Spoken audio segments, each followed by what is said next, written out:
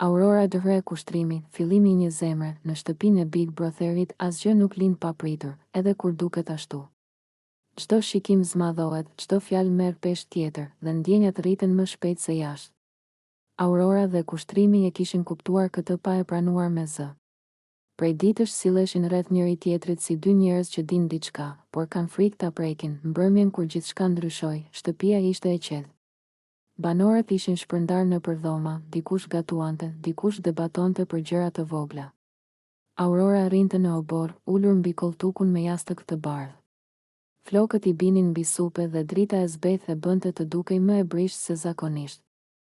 Kushtrimi ju afrua me 2 gota çaj, ta solla një edhe ty, i tha me atë buzëqeshjen e tij pak djallëzore. Faleminderit, u përgjigj ajo. Sonte kam nevojë për diçka të ngrohtë. U ulën pranë njëri tjetrit. Në fillim folën për gjëra të zakonshme, për mallin, për shtëpinë, për debatet e ditës, për ushqimin që u mungonte. Por poshtë atyre fjalëve të thjeshta rrithte diçka tjetër. Aurora e shikoi për një çast më gjatë se ç'duaj. Kushtrim. Dua të them diçka, tha me zë të ulët, po të dëgjoj. Ajo mori frym thellë, të lutem, mos bëj hajgare me mua. Mos luaj me fjalë e me shikime, nëse nuk e ke seriozisht. Unë të ndjej shumë. Dhe po hyn në gjuna me mua nëse kjo për ty është veç lojë. Fjalët i dolën me një sinqeritet që e befasoi edhe veten. Kishte ditë që e mbante brenda atë frikë. Kushtrimi mbeti për një çast pa zë. Nuk e priste kaq hapur. I hapa sytë që i dridheshin lehtë dhe e kuptoi se ajo nuk po aktronte. Auror, tha ngadalë, kur nuk do të bëja hajgare me ty, ti më ke hyrë shumë në zemër. Më shumë se sa kam dashur t'ia pranoj vetes. Ajo e uli kokën. Një ndjenjë lehtësimi ju përzie me frikë. Kam parë shumë gjëra këtu brenda, vazhdoi Aurora. Njerëz që afrohen për lojë, për kamera, për vëmendje. Unë nuk jam ashtu. Nëse lidhem me dikë, lidhem me shpirt. Edhe unë jam i tillë, i tha ai. Ndoshta nuk flas bukur si të tjerët, por atë që e them e kam nga zemra. Heshtën pak. Nga brenda dëgjoheshin të qeshurat e banorëve, por për ta ato tingu ishin larg, si nga një botë tjetër. E di kur e kuptova që po më ndodh diçka me ty? Foli kushtrimi. Atë natë kur po qaje për nënën tënde. Unë doja vetëm të mbaja dorën e të thoja që si e vetëm. Aty e kuptova se s'të shoh më si shoqe loje. Aurorës ju mbushën sytë me lodh. Unë kam pasur frikë nga ti, pranoi ajo. Je tip i fortë, bën humor, dukesh sikur nuk të prek asgjë. Mendoja se për ty jam veç një tjetër vajzë këtu brenda. Jo, tha ai menjëherë. Ti je arsyeja pse zgjohem me qejf në mëngjes. Fjalët e tij e goditën drejt në zemër. Ajo qeshi lehtë për të fshehur emocionin. Mos fol kaq bukur se do më bësh të besoj. Dua të më besosh. Ai ja mori dorën ngadalë, sikur kërkonte leje edhe me prekjen. Nëse hyj në një lidhje me ty, tha kushtrimi, hyj si burr, jo si lojtar. Nuk dua histori për 2 javë. Dua diçka që vazhdon edhe jashtë këtyre mureve. Aurora e pa gjallë. Në sytë e tij nuk pa tallje, as strategji. Pa vetëm një djalë që po rrezikonte. Edhe unë dua të njëjtën gjë, përshpëriti. Aty pranë kaloi Limi, që i pa të ulur kaq afër dhe buzëqeshi. Po më duket se po lind çifti i ri i shtëpisë, tha me shaka. Aurora u skuq, ndërsa kushtrimi qeshi, mos na merr më sysh, o Lim, ja ktheu. Jo more, për hajër ju qoftë. Ju shkon shumë njëri tjetrit. Kur mbetën sërish vetëm, Aurora u bë serioze. Kushtrim, unë nuk jam vajzë e lehtë. Kam kaluar gjëra që nuk i di askush këtu. Nëse më lëndon, unë nuk di të bëhem sikur s'ka ndodhur gjë. Ai i shtrëngoi dorën, nuk dua të lëndoj. Dua të mbroj. Fjalët e tij nuk ishin të mëdha, por ishin të qeta, të sigurta. Ajo e ndjeu se po i dorëzoi dalë ngadalë, ndoshta po bëj çmenduri, tha Aurora. Këtu brenda çdo gjë digjet shpejt. Le të digjet atëherë, buzëqeshi ai. Më mirë të provojmë se sa të bëhemi pishman. Ata folën gjatë atë natë. Për fëmijërinë, për ëndrat, për frikërat jashtë lojës.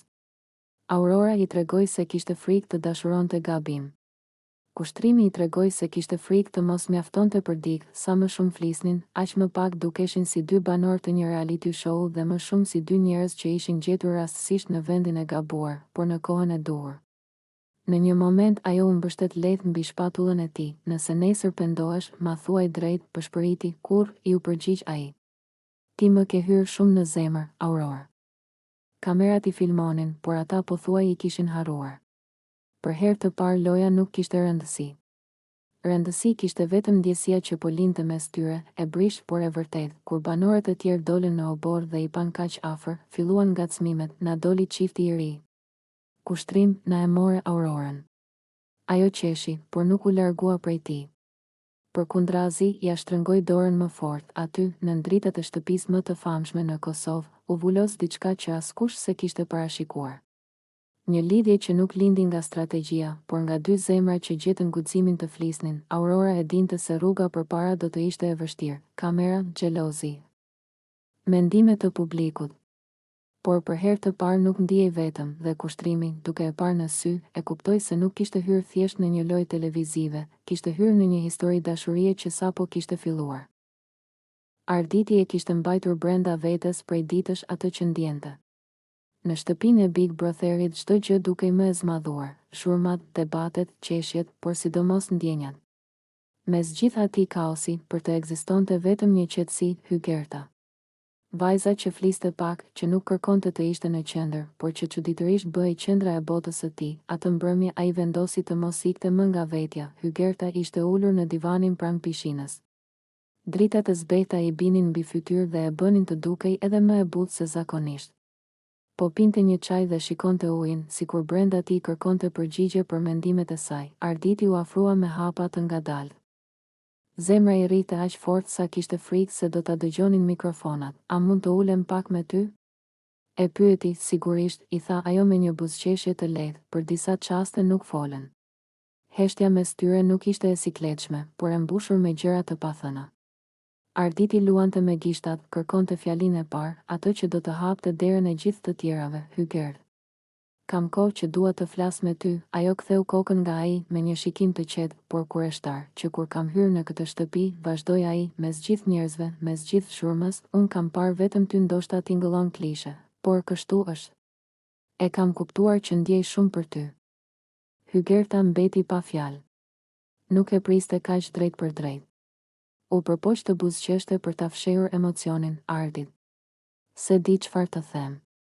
Nuk dua të vë në siklet, nxitoi ai. Thjesht nuk mund ta mbaja më brenda. Ti je shumë e bukur, por jo vetëm nga pamja. Je e ëmbël, e dashur, e sinqert.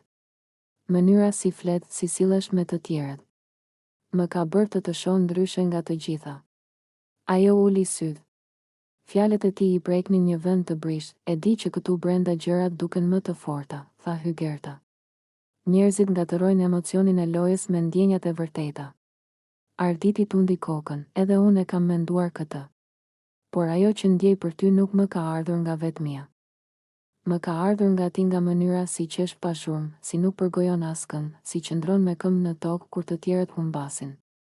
Ajo e pa drejt në sy për herë të parë atë mbrëmje. Ti më sheh shumë bukur, Ardit. Jo. Të shoh ashtu si je. Larg pamjes, pa fasadë. Ka vajza këtu që bërtasin për vëmendje. Ti s'ke nevojë. Vëmendja të vjen vetë, sepse je e vërtet. Fjalët i dilnin njëra pas tjetrës, sikur të kishin pritur prej kohësh të çliroheshin. Ai nuk po luante më lojë, po rrezikonte. Kam pasur frikë të ta them, vazhdoi. Frikë se do të largoheshe, se do më shije ndryshe. Por më shumë kisha frikë të rria i heshtur e të humbisja pa provuar. Hygerta ndjeu një dridhje në kraharor. Askush nuk i kishte folur kështu, me kaq qetësi e siguri njëkohësisht. Unë nuk jam mësuar me deklarata të tilla, i tha me zë të ulët. Gjithmonë kam ikur kur gjërat bëheshin serioze.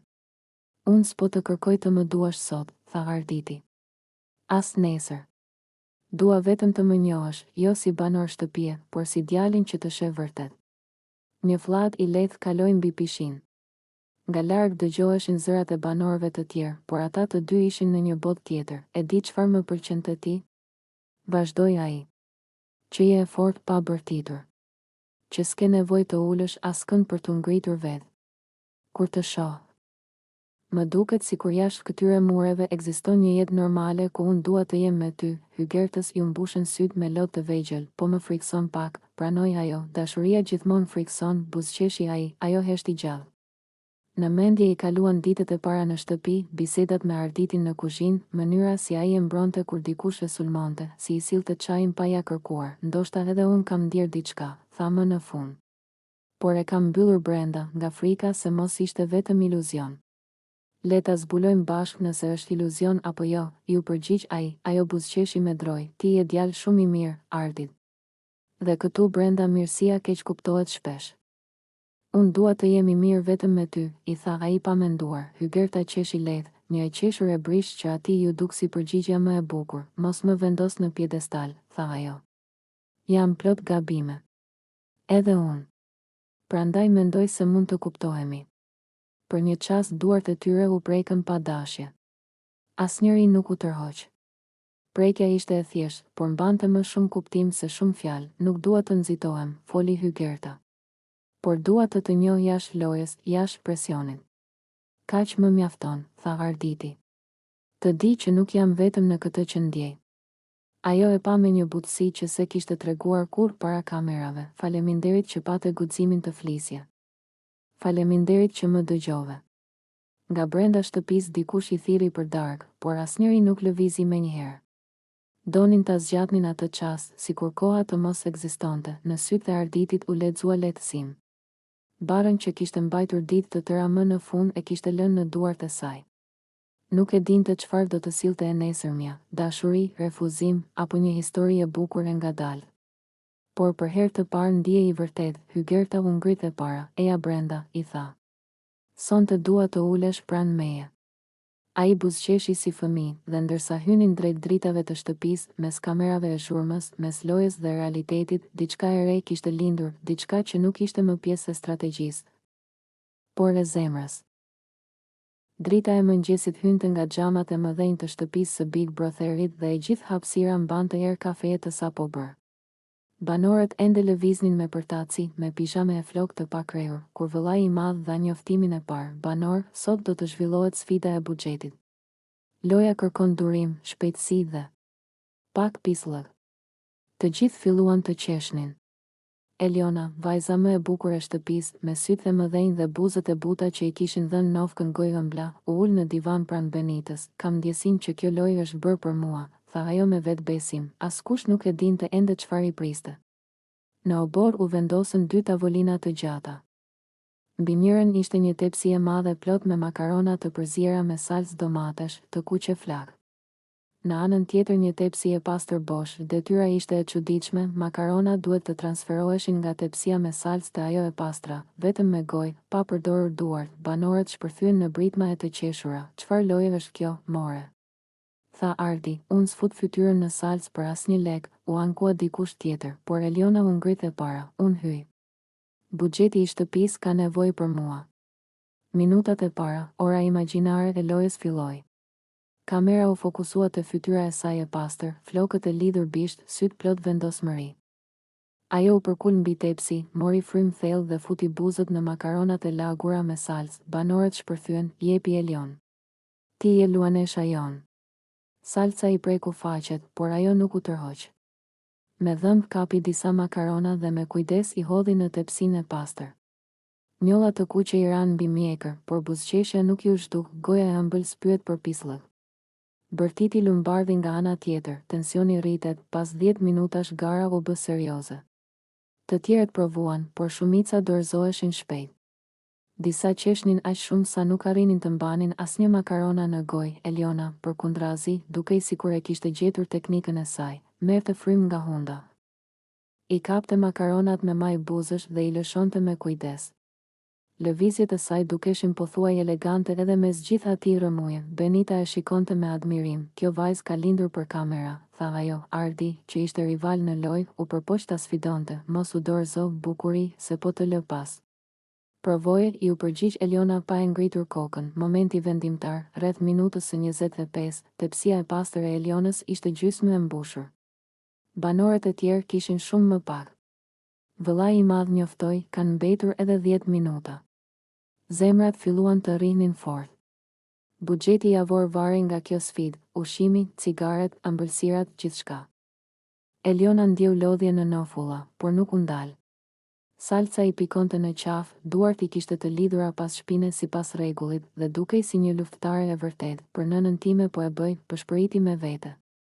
Ajo më ka mësuar të mos dorëzohem. Fundi dramatik, 5 minuta. Britma, duartrokitje, muzikë në sfond, të gjithë u mblodhen rreth saj. Edhe ata që në fillim e kishin xhelozuar, tani po e shtynin përpara, jepi, gojë mblajon. Je krenaria e shtëpisë. Në minutën e fundit Eliona kapi një grusht të madh makaronash me buzë dhe i hodhi në tepsi. Zilja ra, loja mbaroi, vëllai i madh bëri matjen. Kamera kalonte nga një tepsi në tjetrën. Diferenca ishte e qartë, tepsia e Elionës ishte dukshëm më e mbushura, fituesja e sfidës së buxhetit është Eliona. Shtëpia shpërtheu. Ajo ul në gjunjë duke qeshur e duke qarë njëkohësisht. Salca në fytyrë e bënte të dukej edhe më e bukur, më njerëzore, jo si një vajzë perfekte e Instagramit, por si një lojtare e vërtet. Benita e përqafoi, na shpëtove javën. Ardia pranoi humbjen, je kampione, s'kam ç'të them. Pas lojës, në dush, duke larë flokët nga salca e domates, Eliona pa veten në pasqyrë. Nuk ishte më vetëm vajza më e bukur e shtëpisë. Tani ishte vajza që kishte fituar me guxim, me humor dhe me gojën e saj të ëmbël. Në darkë, kur buxheti i fituar u konfirmua, banorët ngritën dolli me gota uji për Elionën. Për gojë ëmbëlën. Ajo buzëqeshi, pak e turpëruar, sot mësova që bukuria s'vlen asgjë pa shpirt lojtari, tha, kamerat u zmadhuan të fytyra e saj e qeshur. Publiku jashtë ekranit e kishte zgjedhur tashmë si të preferuaren. Dhe ajo, mes aromës së salcës që ende i rrinte në flok, e kuptoi se kjo fitore ishte më shumë se një lojë makaronash, ishte hapi i parë drejt finales së madhe të Big Brother Kosova. Largimi i papritur i Limit nga shtëpia e Big Brother VIP Kosova 4 ka ngjallur reagime dhe pikpyetje të shumta tek publiku.